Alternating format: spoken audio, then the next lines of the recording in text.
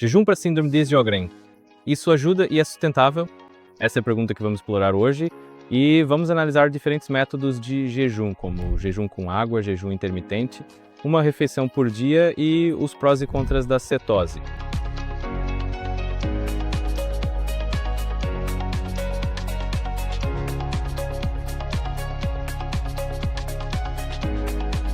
Olá, eu sou o Dr. Shanu Dazari, um cirurgião especializado em reverter inflamações complexas de forma natural usando o método mente, intestino e imunidade. Aprimoramos nossa metodologia ao longo dos últimos 12 anos e ajudamos milhares de pacientes a se recuperarem, analisando condições como a síndrome de Sjögren e solucionando a causa raiz. Como você já deve saber pelos centenas de artigos científicos sobre o tema, o microbioma intestinal desempenha um papel significativo na modulação da resposta imunológica na síndrome de Sjögren. E se você quiser descobrir como resolvemos esses problemas, agende uma chamada de descoberta comigo e eu lhe darei algumas dicas úteis para começar. Existem vários estudos que descrevem o jejum no contexto da síndrome de Sjögren. Aqui está um estudo de 2022 sobre os efeitos do jejum intermitente na síndrome de Sjögren. Vou analisar este estudo sobre o jejum, mas também vou compartilhar com você algumas percepções pessoais sobre como o jejum se desenrola a longo prazo para pessoas com síndrome de Sjögren. Para começar, é essencial entender que cerca de 80% do seu sistema imunológico está localizado no intestino. Essa região é chamada de tecido linfático associado à mucosa, ou MALT, na sigla em inglês. O MALT contém trilhões de células imunológicas que respondem ao que está dentro do seu intestino. Então, o que está lá dentro? Principalmente comida, mas também micro-organismos, incluindo bactérias, fungos e vírus. Esses micro-organismos decompõem os alimentos e produzem metabólitos secundários e terciários que podem desencadear uma resposta imunológica, e é por isso que manter um microbioma equilibrado e comer os alimentos certos são cruciais para o controle da síndrome de Sjögren. Confira meu outro vídeo intitulado A Dieta Ideal para a Síndrome de Sjögren, cujo link está na descrição abaixo. Nesse vídeo, eu explico em detalhes os 4 critérios que uso para determinar se uma dieta é eficaz ou não. E já adentando, sou um grande defensor da dieta rica em fitonutrientes, ou dieta fito. Nós a utilizamos frequentemente em nossas clínicas e temos visto resultados incríveis. Quando combinada com a recalibração precisa do microbioma, muitos de nossos pacientes experimentam uma melhora rápida nos sintomas, muitas vezes em apenas algumas semanas. Então recomendo que você assista esse vídeo e aprenda mais sobre como os fitonutrientes desempenham um papel no manejo da síndrome de Sjögren. Agora, os 4 critérios que uso para avaliar se qualquer abordagem dietética funciona, incluindo o jejum, são os seguintes: densidade e diversidade de fitonutrientes, necessidades de macronutrientes, especificidade do microbioma e sensibilidade alimentar. Se você está curioso sobre por que esses fatores são importantes, confira o vídeo Dieta Ideal para a Síndrome de Sjögren, que está linkado na descrição, como mencionei anteriormente. Mas por enquanto também vou fazer um breve resumo aqui para que você não precise ficar pulando de um vídeo para outro. Densidade e diversidade de fitonutrientes. Os fitonutrientes são micronutrientes poderosos que ajudam a reduzir a inflamação no corpo. Existem muitos estudos que destacam o papel deles no manejo da síndrome de Sjögren. Aqui está um estudo de 2021 que revisa os potenciais benefícios do uso de compostos bioativos naturais, como polifenóis, para aliviar os sintomas de olho seco e boca seca na síndrome de Sjögren. Outro estudo de 2021 analisa os efeitos terapêuticos do polifenol do chá verde na disfunção das glândulas salivares na doença de Sjögren. E aqui está um de 2020, discutindo os efeitos terapêuticos da catequina, um composto encontrado na erva R. radicalis, na síndrome de Sjögren primária. Fitoquímicos são compostos moleculares encontrados principalmente em plantas e fungos e oferecem benefícios significativos à saúde. Termos conhecidos como superalimentos, micronutrientes e antioxidantes são todos tipos de fitoquímicos. Pesquisas mostram consistentemente que aumentar a ingestão de fitoquímicos pode aliviar os sintomas da síndrome de Sjögren. Esses compostos são divididos em várias categorias principais: terpenos, fenóis, clorofila, tiocianatos, fitoenzimas, fitoóleos, prebióticos e alcaloides. Embora existam outros grupos menores, como as betalinas da beterraba e a ericinonas dos cogumelos, focar nessas 8 categorias principais irá cobrir a maior parte das suas necessidades de fitoquímicos. Agora, a falta desses nutrientes essenciais pode enfraquecer a conexão mente-intestino-imunidade, tornando mais difícil o controle de condições inflamatórias como a síndrome de Sjögren. O objetivo é maximizar e otimizar a sua ingestão de fitonutrientes a partir dos alimentos do dia a dia. E ao dizer maximizar e otimizar, quero dizer aumentar tanto a variedade quanto a densidade de fitonutrientes na sua dieta. Uma baixa ingestão de fitonutrientes pode tornar mais difícil o combate à inflamação. Durante o jejum, no entanto, você normalmente recebe muito pouco, se é que recebe, desses nutrientes essenciais. Você pode até se sentir melhor temporariamente porque Seu sistema digestivo fica menos ativo sem alimentos para processar, mas a falta de fitonutrientes significa que a regulação imunológica não acontece. E os sintomas podem retornar assim que você parar o jejum. Uma dica útil, caso você esteja considerando um jejum apenas com água por vários dias, ou mesmo um jejum intermitente com uma janela de 6 ou 8 horas, é incluir chás de ervas. Chás de ervas são ricos em fitonutrientes, como polifenóis e terpenos, que ajudam a reduzir a inflamação sem adicionar calorias na doença de Sjögren. Em seguida, quais são os requisitos de macronutrientes para a doença de Sjögren? Macro é a abreviação de macronutrientes, e estes são carboidratos, gorduras e proteínas, todos essenciais para o bom funcionamento do corpo. Eu tenho uma ferramenta útil no meu site chamada Calculadora de Macros, que ajuda você a determinar as necessidades de manutenção do seu corpo com base em fatores como altura, peso, idade, gênero e nível de atividade. É importante entender que essas estimativas de macronutrientes são baseadas no funcionamento fisiológico ideal. No entanto, durante o jejum, você não está recebendo nutrientes suficientes a longo prazo ou, na melhor das hipóteses, irá recebê-los em quantidades reduzidas. Vamos analisar os diferentes tipos de jejum.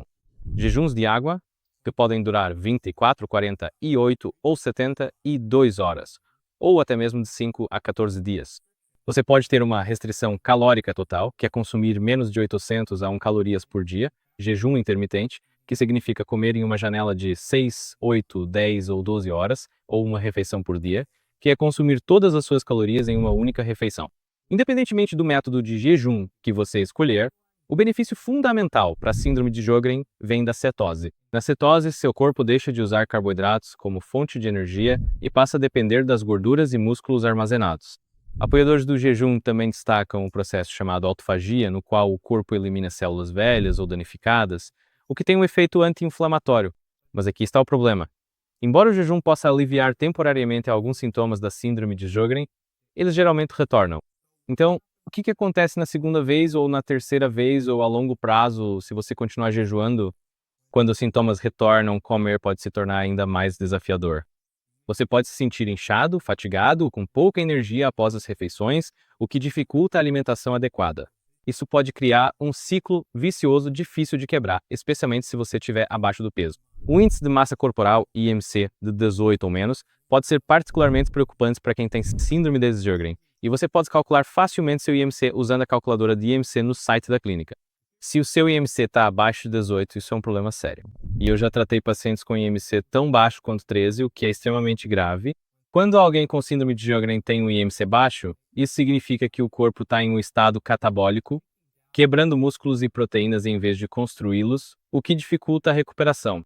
Muitos desses pacientes têm dificuldade em tolerar alimentos e precisam de orientação cuidadosa para reintroduzi-los em suas dietas. O motivo pelo qual enfatizo isso é que a solução para o microbioma intestinal disfuncional nunca deve envolver evitar alimentos ou parar de comer completamente, mesmo que o jejum faça você se sentir melhor temporariamente. E eu já passei por isso, então entendo o apelo do jejum, mas em vez de evitar a comida, o segredo é reduzir a inflamação primeiro e depois voltar aos hábitos alimentares normais. E quando eu fiz essa mudança, assim como meus pacientes, os resultados foram muito mais sustentáveis. Infelizmente, muitas pessoas com síndrome de Sjögren desistem de tentar descobrir qual é a dieta certa e acabam evitando alimentos por completo. Aqui está um estudo recente que mostra como o jejum intermitente por períodos prolongados pode, na verdade, aumentar o risco de morte cardíaca. Além disso, se você restringe calorias por longos períodos de tempo, estamos falando de vários dias, semanas e meses de jejum intermitente, diversos problemas podem surgir. Você também pode ter perda de peso e desgaste muscular, disfunção da tireoide, disfunção do cortisol e do sistema endócrino simpático, distúrbios do sono, desnutrição proteico-calórica que impede a cicatrização de feridas e o controle da inflamação, náusea, refluxo, sensação de estômago cheio e diminuição do apetite, além de fadiga intermitente severa. Às vezes é impossível separar esses sintomas da própria doença de Sjögren. O motivo pelo qual enfatizo isso é que a solução para o microbioma intestinal disfuncional nunca deve ser parar de comer ou evitar alimentos completamente. Em vez disso, o foco deve ser primeiro em reduzir a inflamação e depois fazer a transição de volta para uma dieta normal e equilibrada. Infelizmente, muitas pessoas que lutam contra a doença de Sjögren desistiram de encontrar a dieta certa e podem acabar evitando alimentos, o que só piora a situação. Se você está tentando determinar o equilíbrio ideal de macronutrientes para gerenciar a síndrome de Sjögren, o segredo é focar em gorduras, carboidratos e proteínas. Para reduzir a inflamação, recomendo que cerca de 50% das suas calorias diárias venham de gorduras, com carboidratos e proteínas compondo cada um 25%. O motivo para uma porção menor de carboidratos, especialmente no início, é porque bactérias nocivas do intestino e a cândida em particular prosperam com o açúcar. Elas adoram carboidratos. Se o seu microbioma já está desequilibrado, alimentá-lo com açúcar só vai piorar a síndrome de Sjögren. Você basicamente tem bactérias ruins e fungos no intestino sendo alimentados por açúcares, carboidratos e fibras, o que leva à inflamação que se espalha para o resto do corpo, causando disfunção das glândulas salivares e oculares, além de outros sintomas de doenças autoimunes ANA positivas. Açúcares simples como glicose e frutose podem estimular o crescimento tanto de bactérias quanto de fungos nocivos. Da mesma forma, amidos simples, como os encontrados em farinha processada, podem levar à proliferação excessiva de bactérias e fungos. Essa observação vem da minha ampla experiência trabalhando com milhares de pacientes e não de estudos científicos específicos. Se o seu objetivo é perder peso, talvez seja necessário reduzir ainda mais os carboidratos e gorduras, enquanto aumenta a ingestão de proteínas e diminui o consumo calórico total. Por outro lado, se você está tentando ganhar peso, será preciso aumentar a ingestão calórica total e ajustar as proporções de carboidratos e gorduras para uma abordagem mais equilibrada. Acompanhar seus macronutrientes pode ser uma ferramenta poderosa para ajudá-lo a alcançar seus objetivos de saúde. Embora exija algum esforço, os benefícios realmente valem a pena. Essa abordagem pode melhorar significativamente o equilíbrio alimentar e os resultados de saúde a longo prazo na síndrome de Sjögren. Então, só para recapitular, os critérios que uso para avaliar se uma dieta funcionará para reverter a inflamação a longo prazo em pacientes com síndrome de Sjögren são os seguintes: foco em fitonutrientes, atendimento às necessidades nutricionais, especificidade para o microbioma e evitar sensibilidades alimentares. Como mencionei anteriormente, fique à vontade para conferir alguns dos meus outros vídeos ou consultar a descrição abaixo para recursos adicionais. Você encontrará links para uma calculadora de massa corporal, um guia sobre os diferentes tipos de fitonutrientes necessários para gerenciar a síndrome de Sjögren, uma calculadora de macronutrientes para determinar as necessidades diárias de gorduras, carboidratos e proteínas, e um guia de fibras e amidos para ajudá-lo a evitar carboidratos que podem piorar a disfunção do microbioma intestinal. Como disse antes, ajudo meus clientes a estruturar suas dietas com base nesses princípios e eles frequentemente observam melhorias significativas em seus sintomas em um curto período de tempo. Muitos conseguem reduzir ou até mesmo parar completamente com os medicamentos, levando vidas mais saudáveis e plenas como resultado. Sou um grande defensor da dieta rica em fitonutrientes, que utilizo regularmente com meus pacientes, e é uma abordagem eficaz para recalibrar a disfunção do microbioma intestinal e tratar questões relacionadas à deficiência de fitonutrientes na doença de Sjögren. Essa dieta também ajuda a evitar sensibilidades alimentares, ao mesmo tempo em que atende às necessidades nutricionais de longo prazo. Para aqueles que estão comendo pouco, isso geralmente significa aumentar a ingestão de alimentos, especialmente os tipos de alimentos que vão ajudar a ganhar peso de forma saudável, enquanto também curam a inflamação da maneira correta. Ao seguir essa abordagem, você pode evitar muitas das consequências negativas da restrição alimentar prolongada. Reverter os efeitos do jejum pode ser um trabalho difícil, mas com o plano certo é totalmente possível, certo? Mais uma coisa, gostaria de saber a sua opinião nos comentários abaixo. Comente sobre os tipos de alimentos que agravam a sua inflamação, especialmente se você tem a doença de Sjögren, e o que você fez para evitá-los. E por fim, se você gostou, curta e se inscreva no canal e compartilhe com alguém que possa se beneficiar. Aqui é o Dr. Chandan Dasri e nos vemos na próxima.